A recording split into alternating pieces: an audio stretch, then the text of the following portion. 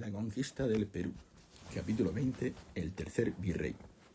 El 5 de noviembre de 1554, don Andrés Hurtado de Mendoza, marqués de Cañete, fue nombrado virrey del Perú, gobernador y presidente de la audiencia por un periodo de 6 años, dotado de una renta de 40.000 ducados. El 10 de marzo de 1555 recibió 2 instrucciones del gobierno, firmadas en Bruselas, una para el tiempo de paz y otra para el tiempo de guerra. En el primer caso, el rey hacía énfasis en la obligación de convertir e instruir en la fe católica a los naturales.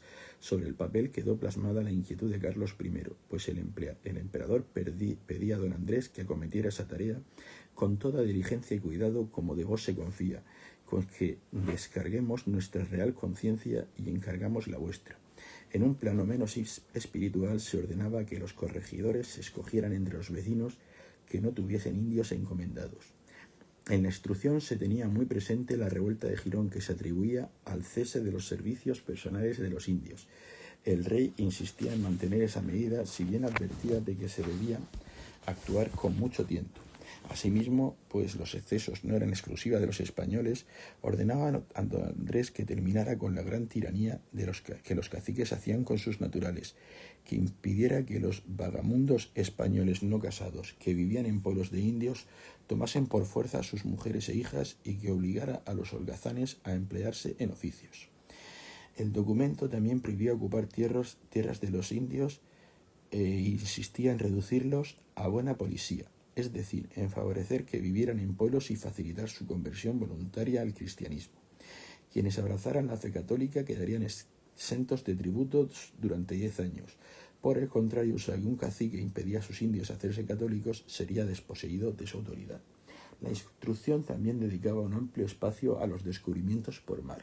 En el documento firmado en Valladolid el 13 de mayo de 1556, al virrey se le encargaba enviar anualmente 6 carabelas y otros navíos pequeños con una tripulación de 30 personas, incluidos los marineros y una pareja de frailes.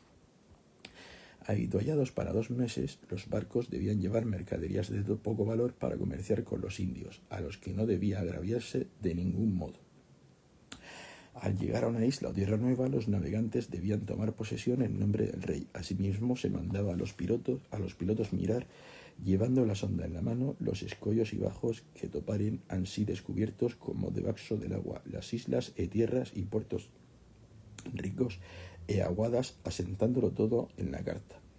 La labor cartográfica debía ser completada con otros muchos datos. A pesar de que el interés económico subyacía bajo estas instrucciones, las informaciones solicitadas prefiguran un análisis antropológico por su atención a las formas del gobierno, las costumbres o los cultos religiosos de las sociedades con las que se trababa contacto. Aunque en los barcos se llevaban baratijas para cambiarlas por productos más apreciados, desde la corte se pedía un profundo conocimiento de aquellas gentes, un conocimiento que ha de vincularse a la legitimidad establecida en la controversia de Valladolid. Así, el rey mandaba indagar acerca de las costumbres y calidades y manera de vivir y trato de la gente de la tierra, sabiendo qué religión tiene y qué adoran y qué sacrificios a manera de culto hay en ellos y cómo se rigen y gobiernan, y si tienen reyes, y si son por elección o por derecho de sangre, o si gobiernan como repúblicas o por linajes, y qué rentas o tributos dan, y de qué manera o qué personas y qué cosas son las que ellos más precian de las que hay en la tierra, o qué cosas les traen de otras partes que ellos tengan en estimación, si hay en la tierra metales y de qué calidad, si hay especiería o alguna manera de drogas y cosas aromáticas, y proveeréis que lleven algunos géneros de especiería, así como pimienta, clavos, canela, jengibre, nuez moscada y macías y otras cosas, para mostrárselo y preguntarles por ello, y asimismo preguntarán si hay algún género de pedrería o otras cosas preciosas de las que acá se estima. Asimismo, se ordenaba que se informen si han tenido o tienen noticia de cristianos o otras naciones, alusión esta última a la posibilidad de que hubieran llegado portugueses. Dispuesto todo lo anterior para el tiempo de paz, las instrucciones dadas al marqués de Cañete cambiaban en el de guerra. En este caso, don Andrés disponía de amplios poderes para disponer de la hacienda real, dar cargos públicos y otorgar perdones para cualquier género de delito si se trataba de gente de poca cualidad que no tengan autoridad. También los tenía para enviar a España aquellos que no convenía que se mantuvieran en el Perú. Además, el virrey podía encomendar a los indios que estuvieran vacos, Consciente del papel jugado en el Perú por los religiosos, el rey ordenaba al marqués dar cuenta a los prelados de cualquier conducta irregular de los clérigos, perturbadores e inquietadores del pueblo. Asumidas esas tareas, el virrey, acompañado por su hijo García, se hizo a la vela en Sanlúcar. Tras cruzar el Atlántico, desembarcó en Cartagena y comenzó a reordenar la gobernación de Tierra Firme, Nombre de Dios y Panamá, además de dar cargos y tomar juicio y residencia a los oficiales reales. Hurtado de Mendoza liberó a los presos implicados en la tiranía de Hernández Girón, que la audiencia había mandado a galeras y a destierro. A aquellos hombres que quedaron a las órdenes de Pedro de Unsúa se les concedía la libertad con la condición de que combatieran a los negros cimarrones, es decir, fugitivos capitaneados por el rebelde Bayano. Durante su paso por Arequipa y Trujillo, el marqués revisó a los pleitos a que había dado lugar la rebelión. Desde Trujillo mandó al licenciado Muñoz a La Lima, ciudad por la que el marqués tenía decidida la sustitución de los miembros de la audiencia y su envío a España. El 29 de junio de 1556, el virrey entró en Lima bajo palio y comenzó a hacer justicia, en un intento de pacificar definitivamente el reino, objetivo para el cual mandó vigilar los caminos e interceptar las cartas que por ellos corrieran por temor a un nuevo alzamiento. Para tener un mayor control sobre el gobierno de las ciudades, nombró corregidores de su confianza. Así, con este cargo, que en Lima recayó en Sebastián Chirino de Loaiza, el licenciado Muñoz fue a Cuzco y Fernando Parrilla a Cuchucuito. En la instrucción dada a Juan Cortés, corregidor de la ciudad de San Juan de la Frontera de los Chapapollas, destaca una orden que refleja con crudeza los conflictos que se daban entre los diferentes grupos raciales. Hurtado de Mendoza mandó a Juan Cortés que expulsara a los negros horros, es decir, liberados, y los remitiera a tierra firme, pues por experiencia se sabe cuán dañosos han sido y son en esta tierra por delitos que cometen y mal tratamiento que hacen a los naturales, y cuán cubridores son de otros negros de insultos que hacen. En cuanto a los naturales, el virrey ordenaba respetar el poder de los caciques, pero advertía: si hallaredes algunos indios que sacrifican y hacen idolatrías, los haréis prender y procederéis y haréis justicia. El proceso civilizador, la búsqueda de buena policía, debía completarse con el aprendizaje de oficios y el de la lengua castellana, que permitiría una mejor integración dentro de las instituciones hispanas. Enviado a la ciudad de La Plata, el licenciado Altamirano, oidor en la audiencia de Lima, ahorcó al ya anciano Martín de Robles por hacer comentarios poco respetuosos sobre el virrey. A estos nombramientos le siguieron los de su entorno más inmediato. Mientras su mayordomo Diego de Montoya fue contador de Lima, dos de sus pajes se encargaron de supervisar las minas del Potosí.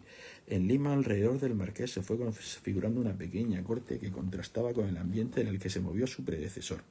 Además de las labores políticas completadas con la reasignación de las encomiendas de los implicados en la rebeldía de Girón y con el envío a España de 37 capitanes, el virrey debía atender el encargo de fomentar la instrucción en la fe católica de los naturales, tomando como modelo lo realizado en la Nueva España.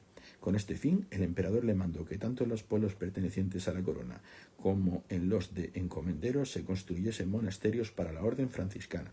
Pese a todo, la amenaza de un nuevo alzamiento seguía latente, por lo que el virrey armó un ejército. La caballería estuvo capitaneada por don Pedro de Córdoba, con Ruiz Barba como alférez. La compañía la completaba un contador, 47 jinetes, 2 trompetas, un herrador y un armero. La hueste del virrey se completaba con una compañía de alabarderos y otra de arcabuceros, compuestas por un número similar de soldados cuyo salario procedía de los tributos vacos, es decir, de aquellos que, por quedar vacantes por muerte o abandono, pasaban a manos de la corona. Armado el ejército, el virrey se propuso acabar con el poder inca que resistía en Vilcabamba. Hurtado de Mendoza retomó así el intento de disolución de aquella corte, llevado a cabo en 1541 por la Gasca, con Paullo Inca como negociador. La muerte del tío de Sayri Túpac y el regreso a España del presidente de la audiencia impidieron extinguir el último resto del imperio inca.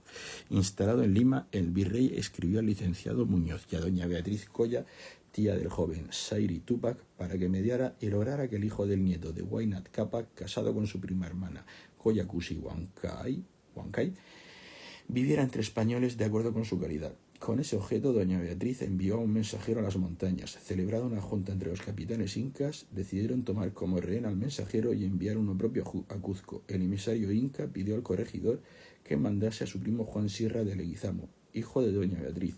Así se hizo. Enterado de esa embajada, el virrey envió al dominico Fray Melchor de los Reyes, a que acompañó Juan de Betanzos, conocedor de la lengua quechua.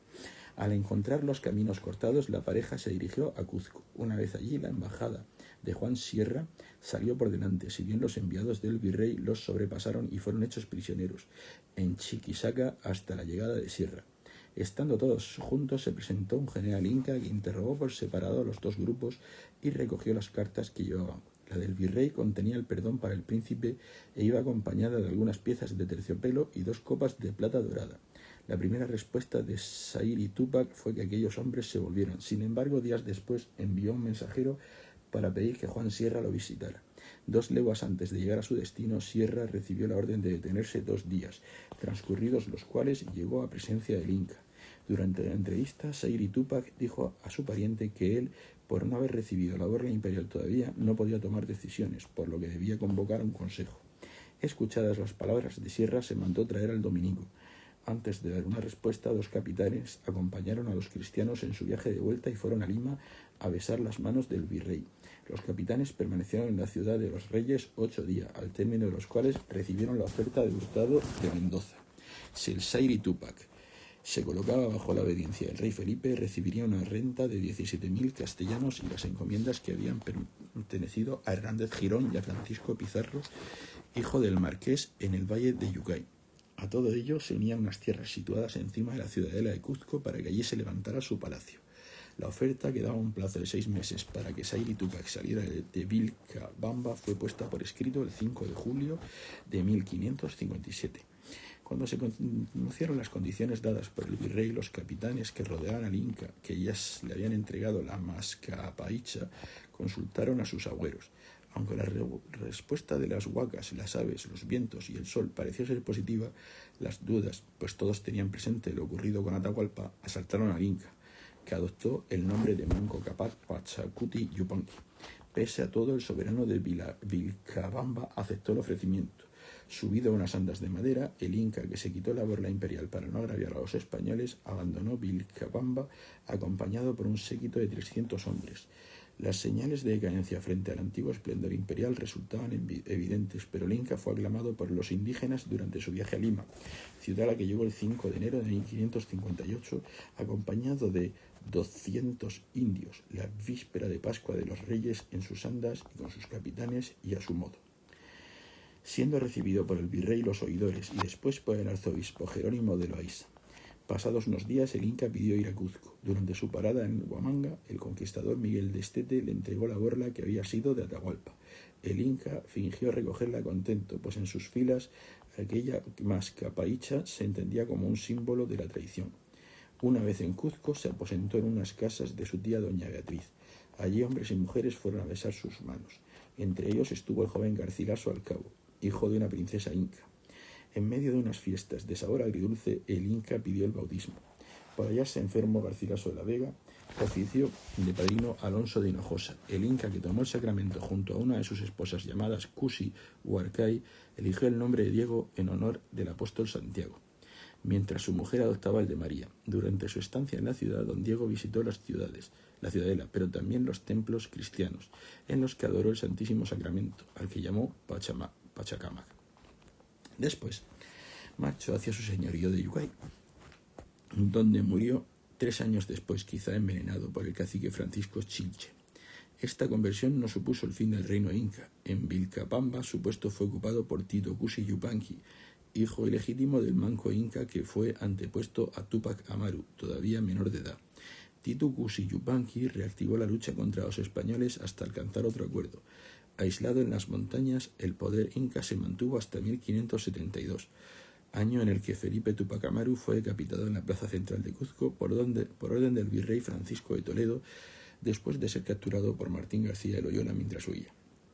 A finales de tiempo virreinal, la figura del Inca reapareció de la mano de unos descendientes, el cacique mestizo José Gabriel Canqui Noguera, 1738-1781, que adoptó el nombre de Túpac Amaru II. Casado con la mestiza zamba Micaela Bastidas, Cordocanqui había sido educado por los jesuitas del Colegio San Francisco de Borja o Colegio de Caciques del Cuzco.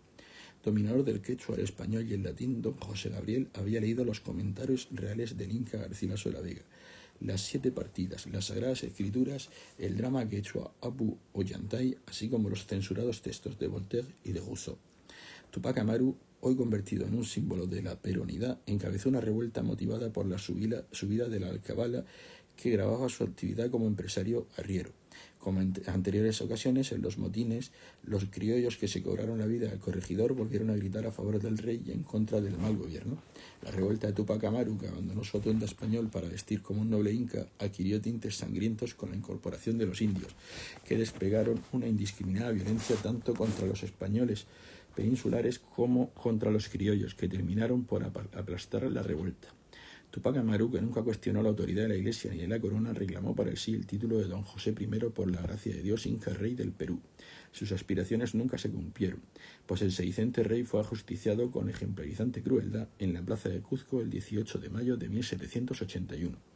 El intento de restauración del Imperio Inca reapareció en 1816 durante el Congreso de Tucumán, en el que se declaró la independencia de las Provincias Unidas de Sudamérica. El agente sueco Johan Adam Graner, asistente al mismo, redactó un informe en el que plasmó las deliberaciones en torno a la implantación de una, en palabras del general Manuel Belgrano, monarquía temperada. Graner informó del intento de surgir el antiguo imperio de los incas. Para ello, anotó el espía, se trataba de poner sobre el tono al más calificado de los descendientes de los incas que todavía existe en Perú y devolverle los derechos de sus antepasados regidos por una constitución compilada con lo mejor que se pueda sacar de las que rigen en Inglaterra, la Nueva Prusia y en Noruega. Los indios están electrizados con este proyecto y se juntan en grupos bajo la bandera del sol. Para tal propósito no faltaban candidatos como Dioniso Ucchu, Impa Yupanqui y Bernal, educado en el Seminario de Nobles de Madrid, coronel del Regimiento de Dragones y diputado suplente por el Virreinato de Perú en las Cortes de Cádiz. El sacerdote Juan Andrés Jiménez de León Manco Cápac o Juan Bautista Túpac Amaru, medio hermano del autoproclamado Túpac Amaru II. 2 siglos antes de que todo esto ocurriera, la quietud alcanzada en el Perú contrastaba con la inestabilidad de Chile. Muertos tanto Pedro de Valdivia como su sucesor Pedro de Alderete, Hurtado de Mendoza dio esa gobernación a su joven hijo García. Una de las primeras decisiones que tomó fue encarcelar a Francisco de Aguirre, eliminado así cualquier intento de oposición a su autoridad. Al presidio de Aguirre le siguió la destitución de los alcaldes de Santiago. Con todo el poder chileno en sus manos, García Hurtado, que de Mendoza se enfrentó a las tropas de Caupolicán, al que venció en Quinía el 9 de agosto de 1557 y 4 meses después en la ribera del río Biobío. Las victorias, sin embargo, no sirvieron para terminar con la hostilidad de los araucanos hacia el poder español. Un año después, atendiendo a las quejas recibidas, principalmente las acusaciones de nepotismo, Felipe II decidió la sustitución de don Andrés Hurtado de Mendoza a favor de Diego de Acevedo y Fonseca, que murió en Valladolid después de recoger las instrucciones dadas para el desempeño de su cargo, antes de su regreso para ser relevado por Diego López de Zúñiga y Velasco, conde de Nieva. Una carta informó al virrey de que tenía que someterse a un juicio de residencia. Por ello, debía dejar un procurador para responder por él, así como unos fiadores que hicieran frente a las posibles responsabilidades económicas a las que tuvieran que enfrentarse.